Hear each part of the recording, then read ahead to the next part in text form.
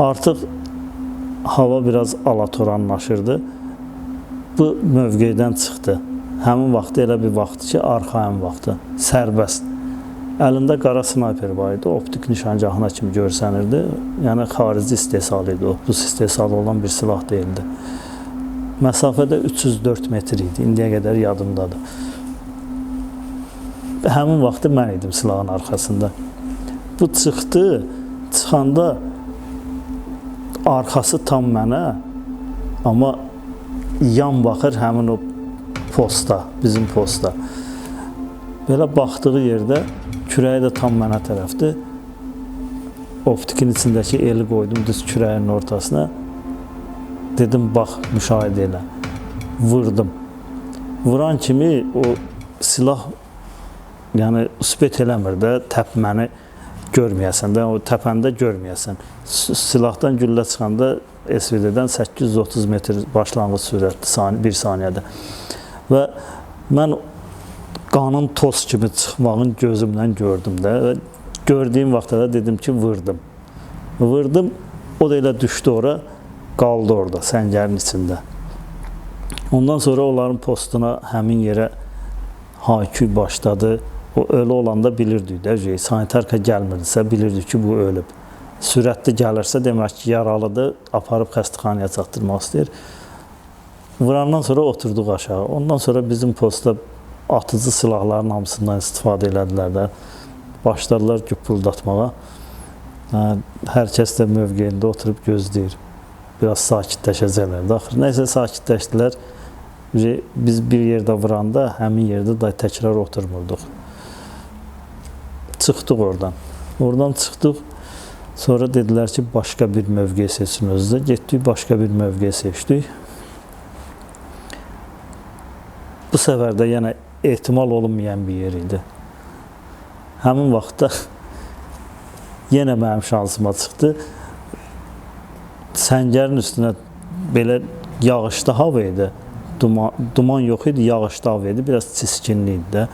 Gördüm ki, bu şəpitlə zadla səngərin üstü ilə qaça-qaça gedir. Onda səngərin üstə çıxma səbəbi nəyə görədir? Səngərin içi palçıq olduğuna görə, yağış yağdığına görə, su olduğuna görə o da ayaq yalında şəpitlə indi harasa gedir də. Çıxdı, qaça-qaça getdi. 7-8 metr məsafəni qaçdı, təzədən tullandı səngərin içinə. Bunda arxayınlıq yarandı. Mən dedim ki, bəs bu yenə qayıdacaq, gözləyək. Başlayaq burada müşahidə eləməyə. Təsadüfi bir yerdə, amma ola bilər ki, indi orada da elə şeylər var idi ki, yəni şansıva düşmək söhbəti var idi. Elə yer var idi ki, 2 gün, 3 gün otururduq, gecə-gündüz müşahidə edirdik, amma bir şey çıxmırdı, hədəf olmurdu. Başladıq müşahidəyə, ardıcıl yenə də bir-birimizi dəyişə-dəyişə. Mənim növbəmdə yenə gəldi bu. Həmin vaxtı mənim uğurlu günüm idi. Gəldi, bu səfər qaçanda şəfti çıxdı ayağından. Düz səngərin üstündə.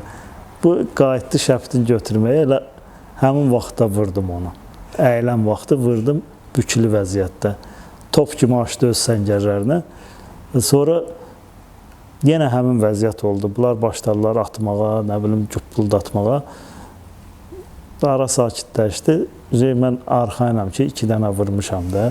İndi bu birisi Badimin ürəyi partlayır ki, bu səfər görsək də sən çəkiləcəksən, mən vuracam. Dedim, mən problem yoxdur, sən bir dənə vurmalısan. Oradan çıxdıq başqa bir hərbi hissənin arasına. Dedilər ki, burada çox fəaliyyət göstərməyin.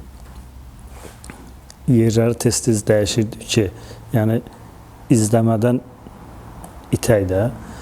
Çıxdıq başqa bir hərbi hissəyə.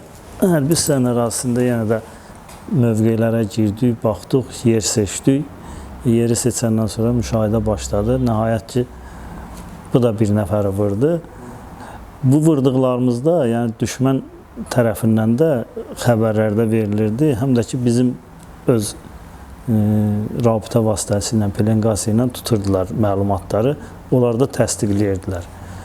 Yəni, iki tərəfdən də təsdiq gəlirdi ki, yəni burada həqiqətən də vaxtına qədər özdə ermənilərdə elə bir xarakteri var idi əvvəllər. Sonradan onu yığışdırdılar.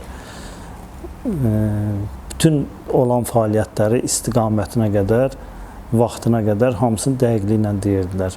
Hətta bir dənə yerdə mən gecə vaxtı vurmuşdum. OSV 96 ilə 642 metrdə. Onda mənim vadim başqası idi. Mən inanmırdım da, yəni gecə vaxtı özdə OSV ilə həm də gecə görüş ancaq göstərdiyi məsafə olur. Prosta gecə görüşün bir dənə xarakteri var. Aydınlıq olanda, yəni ay işığından qidalanır o. Ona görə daha effekti görsənir. Əgər hava tutqun olsa, onda gecə görüşlə 200-300 metrəni ancaq görə bilərsən. Amma aydınlıq olanda yaşıl rəngdə hər yeri görsədir. Açıq mavi rəngdə belə. Gördük ki, 3 nəfər qalxıb səngərin üstünə, əməlli başlı PK ilə, biri PK ilə atırdı, o birisilər avtomatla atırlar da. Məsafəni zat çıxartmışdıq, yan düzəlişi vermişdik, klik dəyərlərini girmişdik. Hər şey hazır, bir dənə tətik çəkmək lazımdır, silah da doldurulub. Badimə dedim ki, bax da, atdım, atanda PK-şniki nişan aldım. Atanda gördüm ki, PK-nın lüləsi qalxdı göyə, belə tətiyyərlə ilişib bıraxdı da. Ondan sonra bunlar məsafə çoxdur, axı ortada dərə yatağıdır bizlə onların arası. O da Lələtəpənin sağ tərəfi idi. Həmin orada yer seçmişdik. Həmin vaxtı atanda onlar elə bildilər ki, biz tərəfdən onlara yaxınlaşan var və yaxın məsafədən onu vurdu da. Başladılar dərə yatağına buraxmağa. Özlərini görsətmirlər, silahı qaldırırlar, beləncə səngərdən içindən də beləncə buraxırlar özü aşağı. Bir neçə partiya güllə atdılar, sonra ora maşın gəlməyin zadını gördük, elədik. Ondan sonra oradan çıxdıq, ona görə deyirdim. Sonra erməni mətbuatında baxdıq, gördük ki, mən vurmuşdum 11:30-da, onlarda çıxdı 10:30 idi ya da 12:30. Yəni 1 saat qurşağına görə bizlə onlarda fərq var idi. Bizdə əvvəl dəyişirdi, sonradan ləğv olundu da, bizdə indi saat dəyişmədiyinə görə. Ona görə biraz tərəddüd elədik. Sonra dedik ki, onlarla bizim saat əslində eyni vaxta düşür. Sonra o da təsdiqləndi o qaydada. Yəni bu vəziyyətlərdə çox snayper fəaliyyətlərində olmuşam və mənlə bir yerdə bizim qrup çoxlu düşmən əskərin, hərbi qulluqçusun, rütbəli şəxslərin məhv eləmişik, snayperlərin məhv eləmişik. 2011-ci ildə mənim vadim var idi, indi də var, xidmətdə də hal-hazırda, Allah can sağlığı versin. Adını deməyəcəm, ləqəbini deyəcəm, hamı tanıyır onu, Heydər ləqəbi ilə. Onunla bir yerdəydik.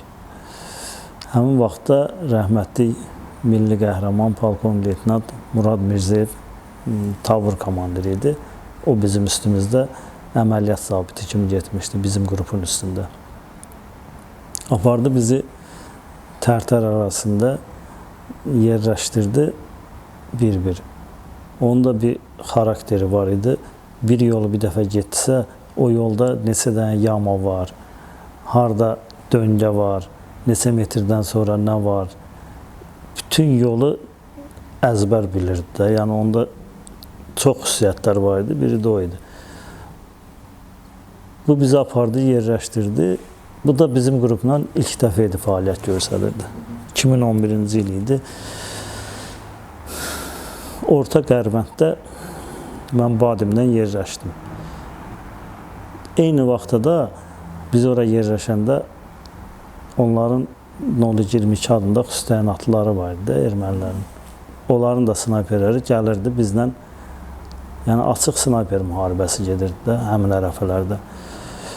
Gəlirdilər bizlə, biz yerləşən vaxtda onlar da yerləşirdi, düşmən mövqelərində bizə qarşı fəaliyyət icra edirdilər. Həmin vaxtlarda getdik, yerləşdik. O vaxta qədər arxayınçılıq var idi, onu etiraf edeyim. Gizliliyə elə də əməl eləmirdim. Bu mənim badimdə, elə o da mənim ağlımda olan bir adam idi. Nəysə gəldik, yerləşdik. Böyrümüzü, başımızı hansı ki yerləşdiyimiz oyuqda, yəni bacarığı da balacalatmaq lazımdır. Arxanı bir dənə bağladıq ki, fon verməsin, qaranlıq olsun da. Yəni arxa açıq olanda qarşı tərəfdən o oyuqda olan fəaliyyəti, hərəkəti görmək olur. Amma gün o tərəfə keçəndə bizim üzümüzə düşdüyünə görə silahın lüləsinə qədər görsənə bilirdi. Yerləşdik, başladıq fəaliyyətə. Biraz baxandan sonra dedi ki, orada da yerləşəndə mövqeləri yerləşən kimi ərazi sxemi kimi hamısını əzbərdən də həm məsafələrin yazırdıq, yan düzəlişin yazırdıq. Bir də ki, onlara ad qoyurduq. Nə bilim, təkər postu, nə bilim, kitayski dod, belə adlar qoyurduq. Nəysə, mənə dedi ki, bu dodun sağ tərəfində görüntü var da. Mən də baxdım, dedim, hə, orada nəsə tərpəniş var. Başladıq o istiqaməti müşahidə eləməyə.